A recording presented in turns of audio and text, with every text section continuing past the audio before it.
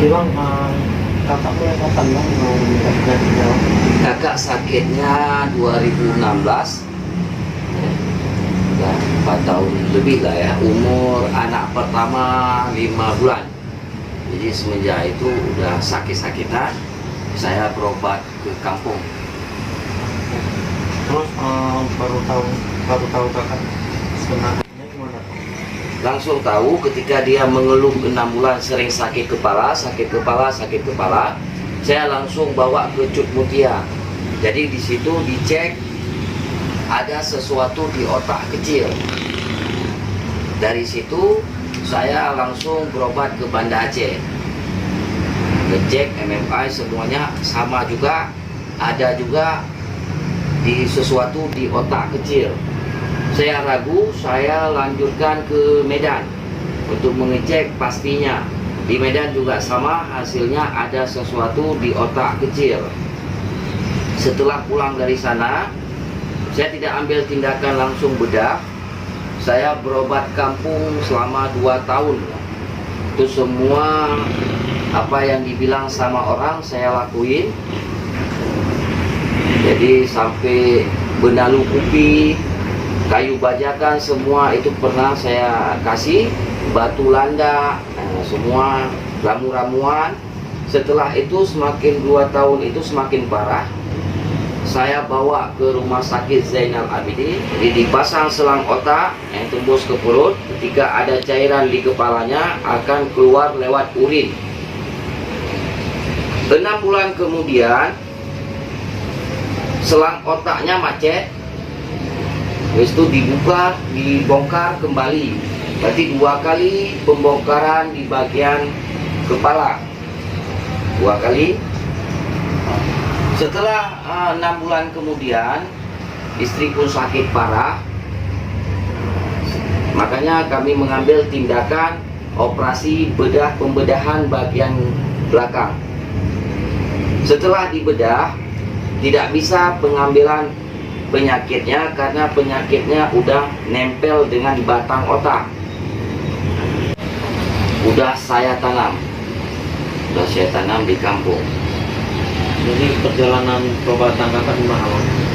Pengobatan kakak apapun saya jual, ya. Apa yang ada, ya apa yang saya miliki saya jual. Kalau yang namanya bantuan untuk saat ini belum ya, cuma dari orang-orang IG yang membantu Bang Pun ala kadar, alhamdulillah juga. Dulu awalnya kakak sama abang kerjanya apa? Kak Fitri seorang bidan, Bang Pun seorang perawat. Saya kerjanya di dinas kesehatan, Mbak Fitri kerjanya di rumah sakit. Jadi kenapa bang nggak bisa lepas dari kerjaan bang? Karena saya pengobatan, karena berobatnya jauh, sekitar 6 jam atau 7 jam. Saya asal dari Losmawe, berobatnya di rumah sakit besar yaitu Banda Aceh Zainal Abidin. Perjalanannya 7 jam. Bahkan saya berbulan-bulan di rumah sakit. Pernah saya 2 tahun di rumah sakit tidak pulang-pulang. Saya pun nggak enak dengan pekerjaan, saya mundurkan diri. Jadi biaya hutang sehari-hari gimana bang? Kebutuhan sehari-hari dibantu dari keluarga Fitri, alhamdulillah, dan dibantu dari keluarga saya. Makanya saya selalu berdua untuk mencukupi. Ya. Kenapa ada yang bertanya kenapa selalu berdua? Karena pemasukan dan pengeluaran tidak sesuai, makanya kami selalu berdua. Jadi dari perjalanan berobat kakak itu berapa habis? Itu nggak tahu karena kayak ke Medan itu kita harus sewa rumah karena kemo itu kan tidak ditanggung. Nah, jadi perjalanan lumayan lah. Kalau ada duit saya berobat, kalau tidak ada duit Fitri saya tinggalin di rumah.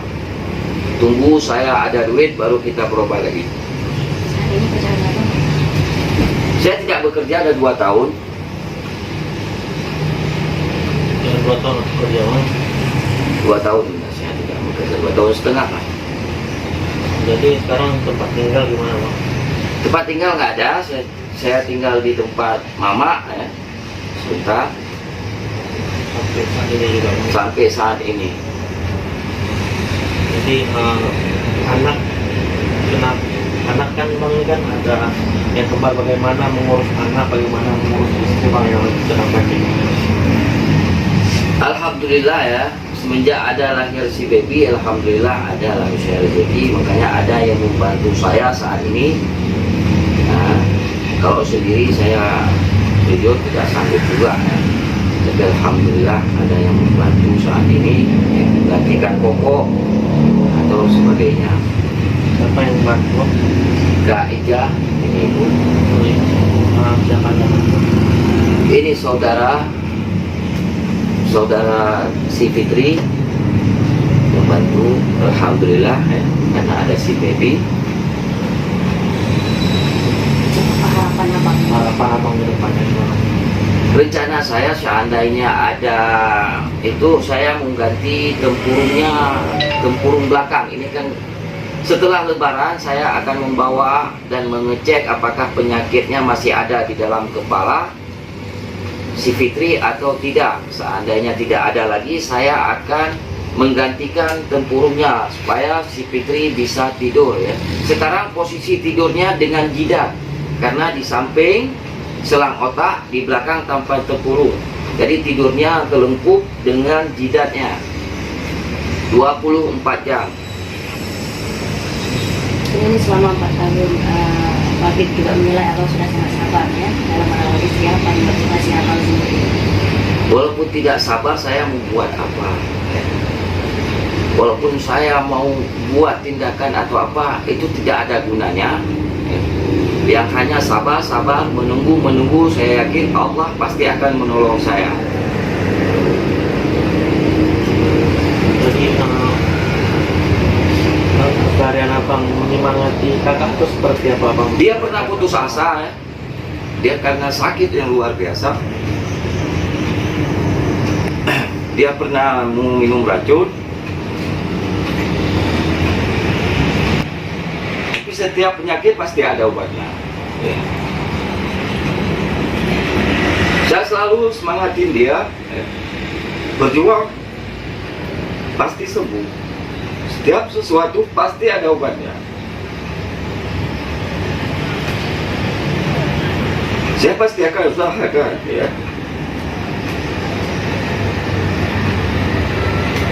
Kemanapun saya usahakan, apapun.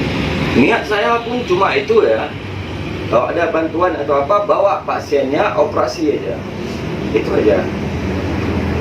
Walaupun orang menilai saya, keinginan saya cuma satu ya, dioperasi, dipendeng atau apa ya.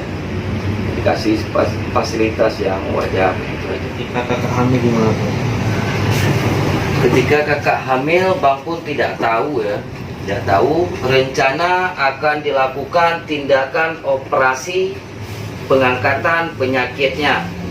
Bang pun udah konsultasi sama dokter dan akan dilakukan tindakan operasi. Tiba-tiba Mbak Fitri hamil. Hamil pun udah mencapai 6 bulan.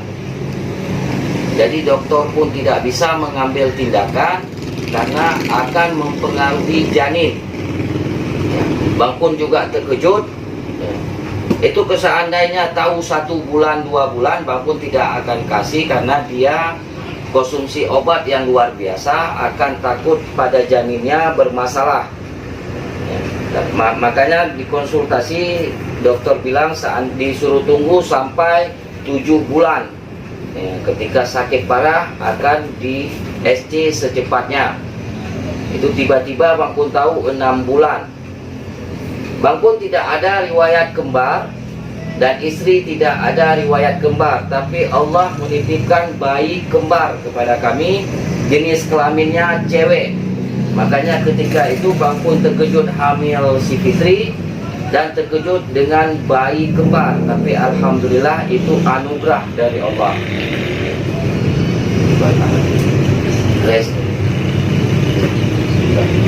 Resiko Ada resikonya. ada resiko. Mungkin waktu saat hamil atau melahirkan ada pilihan nggak dari dokter? Dokter tidak itu, cuma dokter pasti saya konsultasi sama dokter. Dokter ada pengaruh nggak sama janin? Untuk kepastiannya dokter tidak berani memastikan. Karena ini kan di luar kendali dari mereka. Jadi dokter yang namanya pengaruh tetap pengaruh karena si ibu lagi bermasalah kepalanya. Ya. Tapi alhamdulillah janinnya utuh semuanya. Tidak ada cacat sedikit pun. Resiko pasti beresiko kata dokter. Resiko pada kehamilannya. Ini berat siapa ini? Berat siapa ini? Di mana ambil urusan? Tolong cut. Aku beli kerja nanti. Oh, semalam pakai lipstick dia ya. Pakai lipstick sampai sini habis tu dah ngantuk ya. Tunggu ayah pun pakai ini. Mana pakai lipstick? Oh ya, dah. Sudah ayah, dia dah. Coba lihat dulu. Siapa ikat rambut? Siapa ikat rambut? Tinggal dulu. Kena adik cut.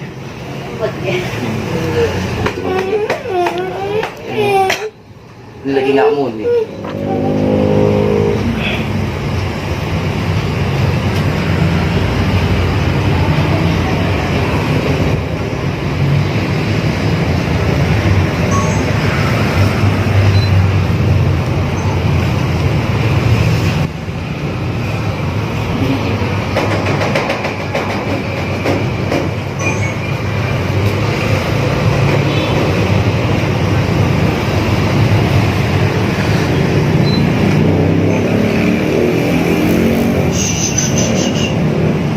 Ya, dah bangun ya.